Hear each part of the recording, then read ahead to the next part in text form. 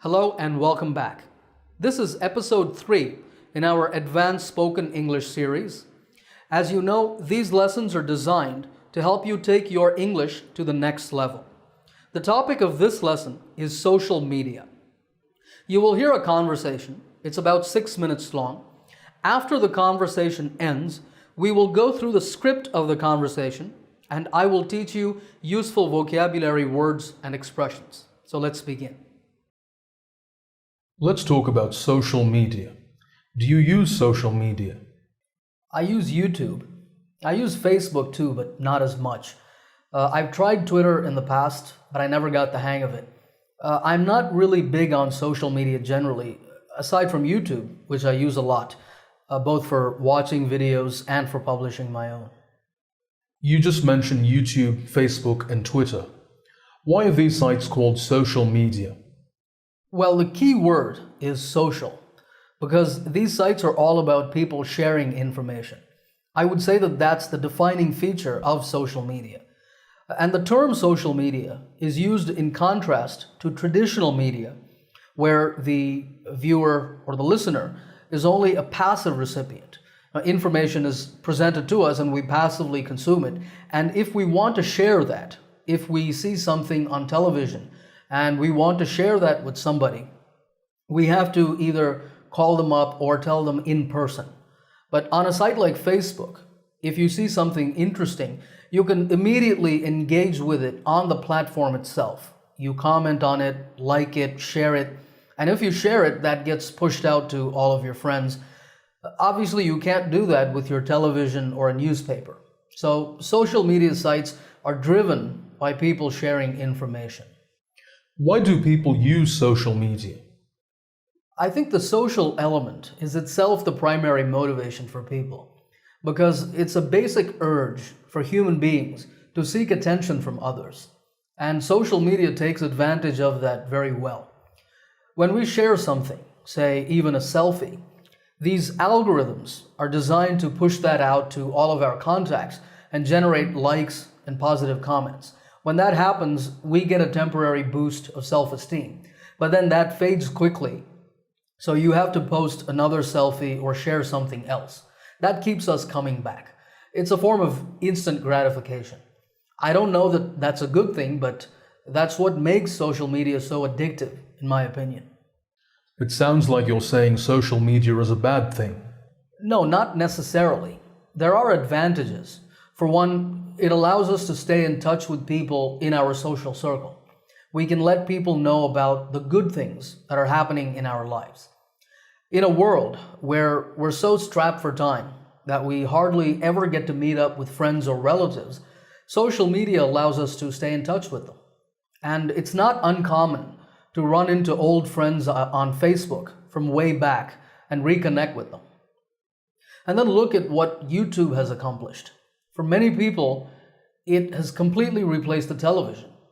And more than that, I think it's just astounding how much learning material is available free of charge on the site. And it's nothing short of revolutionary. You can learn anything you want, on demand, free of cost, watching videos. And of course, I make videos myself, so it helps people like me. I guess the term for that is creators. It helps independent creators connect with their potential audience. That would have been almost impossible before the advent of social media. Do you think social media is good for children? No, I don't. And I say that with apologies to my young viewers. I think there's a reason why social media sites have a minimum age requirement to have an account on their site. Because there are inherent risks involved for children in using platforms where they can come into contact with strangers. When we were growing up, our parents used to tell us not to talk to strangers, but that rule is not easy to enforce when your child can be interacting with random people on an electronic device. Beyond that, I think the bigger problem is that children can be exposed to unfiltered material on social media. See, if my child was watching television, as the parent, I would know that the content that they're exposed to is going to be curated to some extent. But on social media, people can say what they want, post what they want, share what they want. And children, including teenagers, often lack the judgment to know that something is inappropriate, that certain types of behavior or language or ways of saying things are not acceptable in society. So I don't think children ought to be using social media, honestly. Does social media also have negative effects on society as a whole? See, I don't want to be seen as bashing social media here, but it certainly has negative effects on society that we cannot ignore. One is that it's often a tremendous waste of time. The fact that social media apps are so easily accessible on mobile devices means that whenever people are bored, they can just open up Facebook or YouTube and get their dose of instant gratification, and they don't have to make the effort to socialize with human beings in real life or pick up a book and learn something. And then, like I said before, some of the content that goes viral on social media is just not of the positive kind. A lot of stuff that I see is offensive and obnoxious, or even things that are plainly false. It's really easy to spread false information, fake news via social media. And the lack of accountability, I think, also tends to bring out the worst in people sometimes. But for all its flaws, I believe the advantages that I mentioned before certainly do outweigh the disadvantages. So the important thing is to view social media as something that can add value to our lives and to seek out positive experiences while being wary of the negatives. Okay, thank you very much. Thank you. Okay, here we are with the script of the conversation that you just heard. Now we're going to go through the script and learn some useful vocabulary, but before we do that, you will find a link in the description to this document. You can download the document from that link. When you do, you will find the complete transcript of the conversation, and if you scroll down, you will see a list of all the vocabulary items that we discuss here, along with their meanings. There are a total of 30 items. All right, let's go back to the top. And let's start discussing the vocabulary. The first item is over here. I said, I've tried Twitter in the past, but I never got the hang of it. To get the hang of something means to learn how to do something or to get used to something. So I'm saying here that I tried Twitter, but I never got used to it. I never got comfortable with it. So I never got the hang of it. And then I'm not really big on social media generally. Not big on is an idiom, and it means that you're not very interested in something.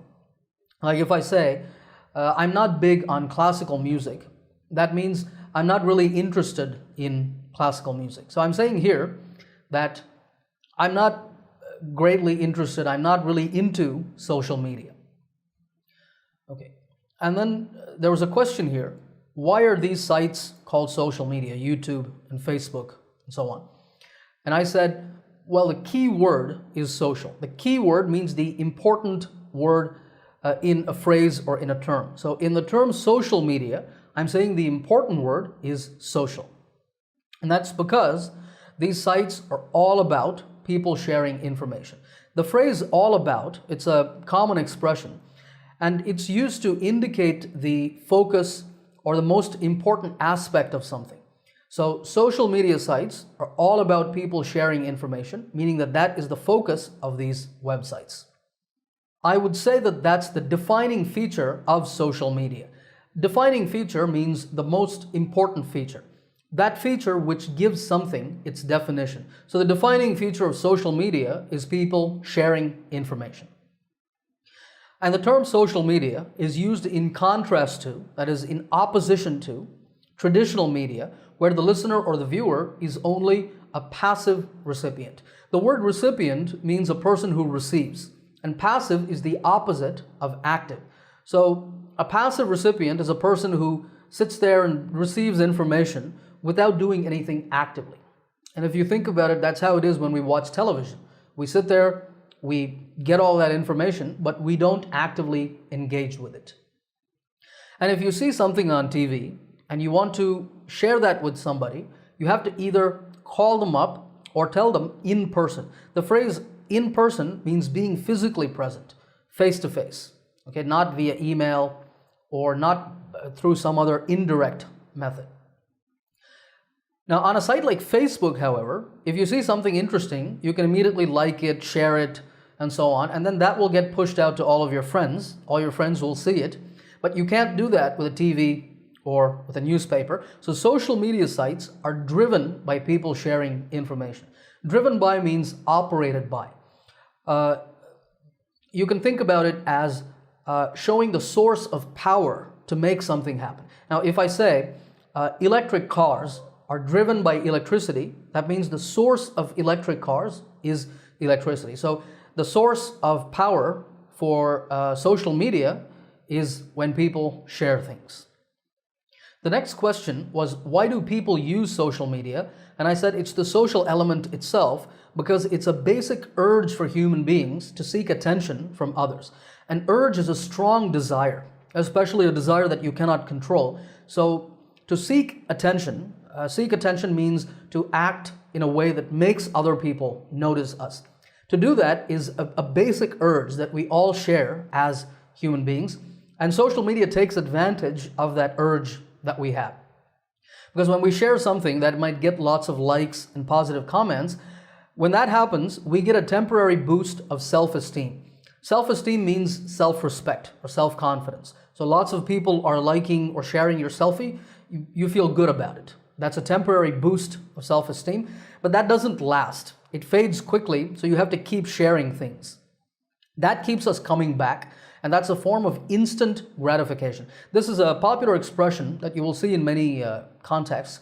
Instant gratification means immediate satisfaction, but it's the kind of satisfaction that you get from, say, eating something sweet or playing video games, because that satisfaction does not last.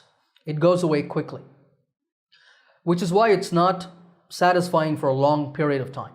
So instant means immediate, and gratification means satisfaction. Instant gratification is immediate satisfaction. Okay, the next item is not necessarily. So the interviewer said, it sounds like you're saying social media is a bad thing. I said, no, not necessarily, meaning that's not what I'm saying.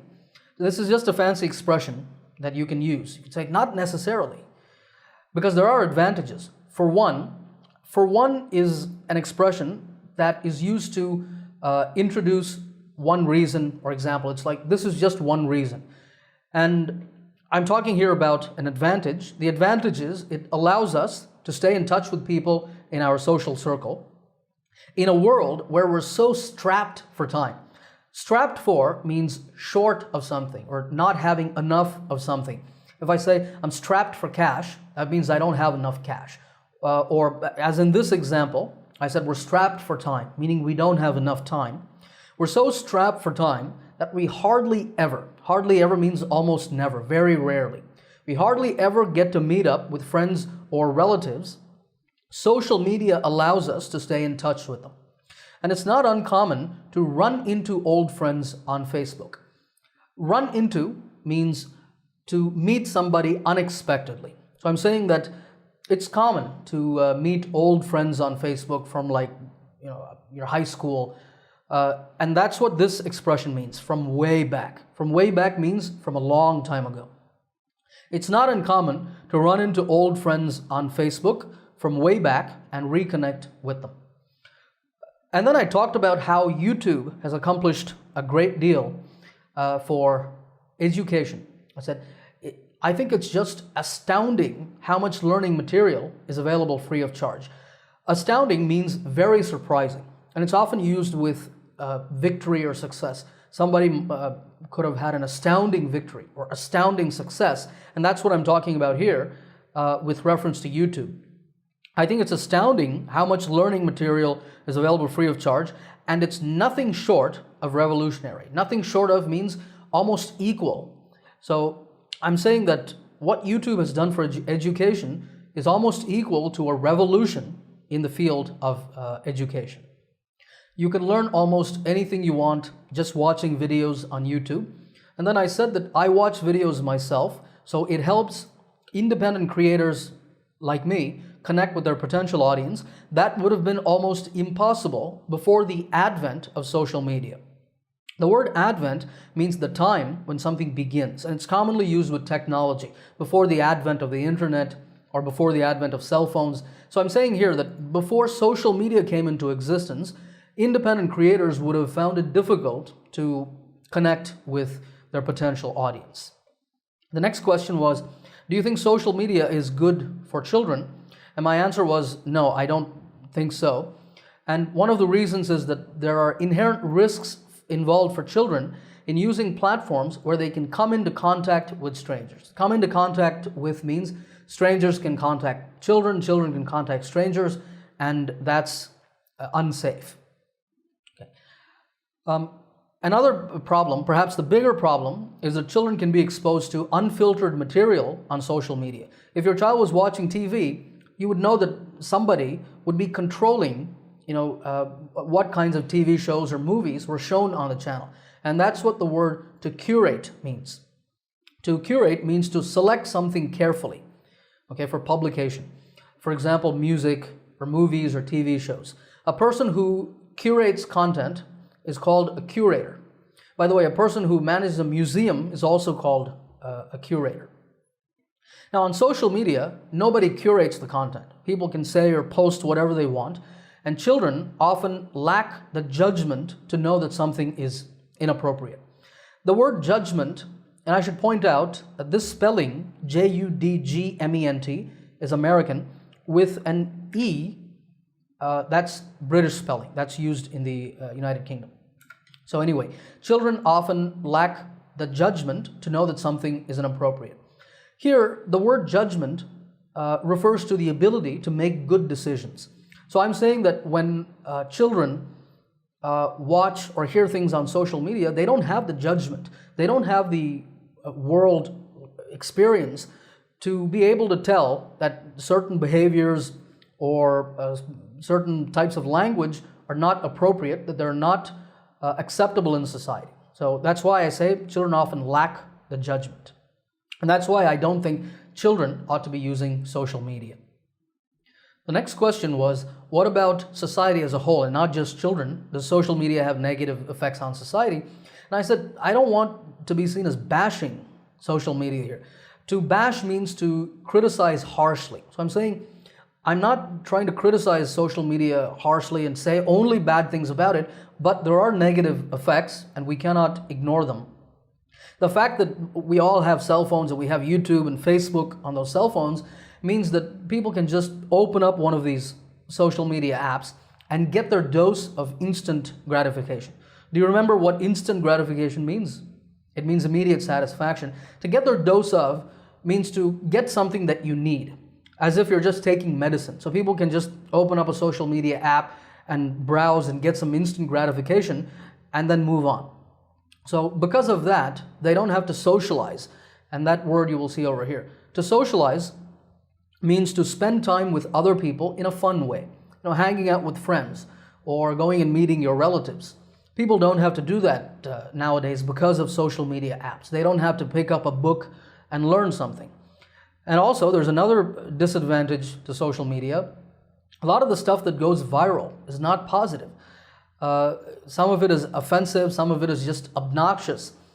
This word is pronounced obnoxious, and it means very unpleasant. We often talk about obnoxious content or an obnoxious person or a person's obnoxious behavior. In all of these uses, it means unpleasant. So there's a lot of stuff that's obnoxious or even plainly false. Plainly false means just simply false, fake news. It's really easy to spread fake news on social media, and there's a lack of accountability. Accountability means responsibility for one's actions or behavior. So if I'm accountable to my boss, that means I have to answer to my boss. I have to explain my actions to my boss. If I do something wrong, my boss might ask me to explain why I did that. And he or she would be accountable to his or her boss. But on social media, there's no accountability. And that lack of accountability tends to bring out the worst in people sometimes. That means to make people show their worst qualities. Okay, it brings out the worst from inside of people. But for all its flaws, the word flaw means a fault or a weakness or a disadvantage.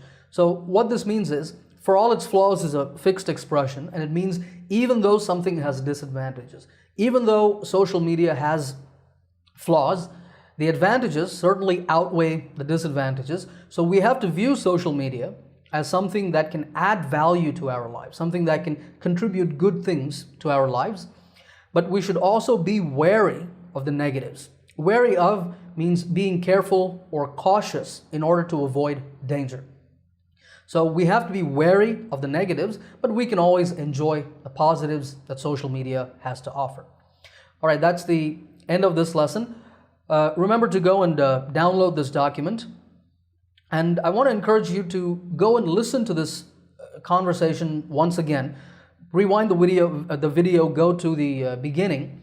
And as you listen, a lot of these words that you just heard will jump out at you.